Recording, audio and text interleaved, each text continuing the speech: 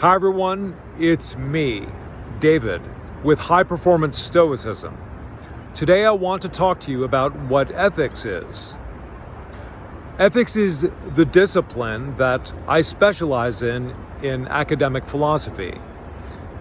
From graduate student to professor, it is what you would call my area of specialization, so I have a couple things to say about it. First, we should ask, what should a definition of ethics do?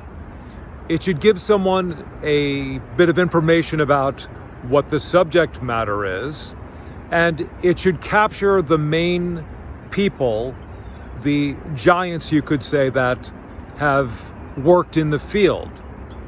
So your definition of ethics should be able to capture the work of Aristotle, Kant, the utilitarians, and of course, the Stoics. It's quite surprising today that most ethicists don't work on what the definition of ethics is. They often say things such as, ethics is the study of morality, which I would agree is partway right, but I think it's inadequate, and I'll tell you why in a minute. I think the best definition of ethics is it is the study of morality, prudence, and their several relations. Now, we all talk about morality, but we don't talk much about prudence. Another way of describing what prudence is practical wisdom. Now, practical wisdom was a source of great interest to the ancient philosophers, Socrates, Plato, Aristotle, and the Stoics.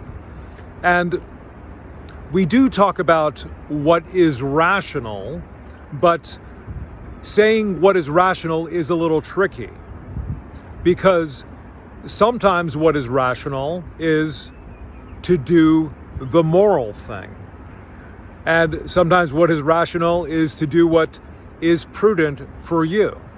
Or you could say prudent for you and those that are a part of your life. Or you could say the company or institution that you represent.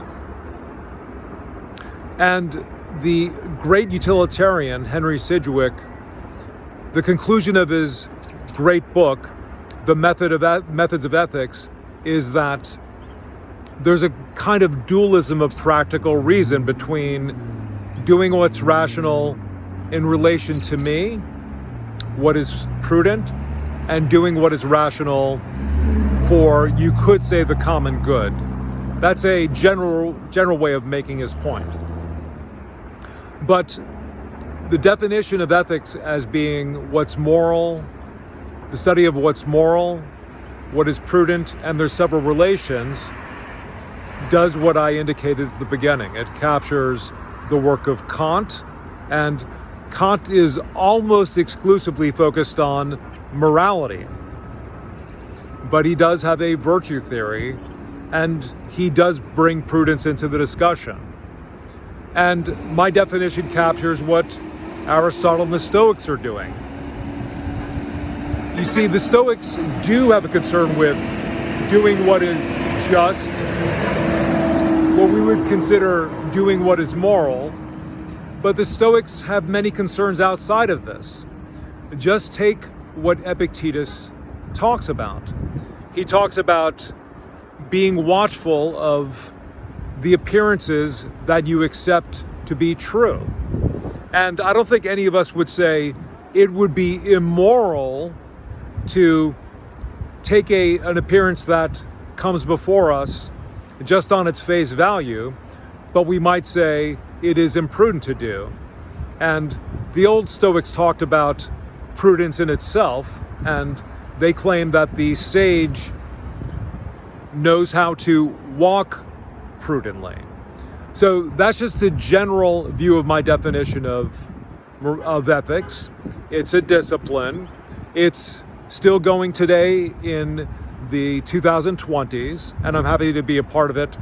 And I'm also happy that many more people are interested in what I would consider the prudent dimension of ethics, and that is how to live the best life that you can. That's it for today. I'll see you in the next video.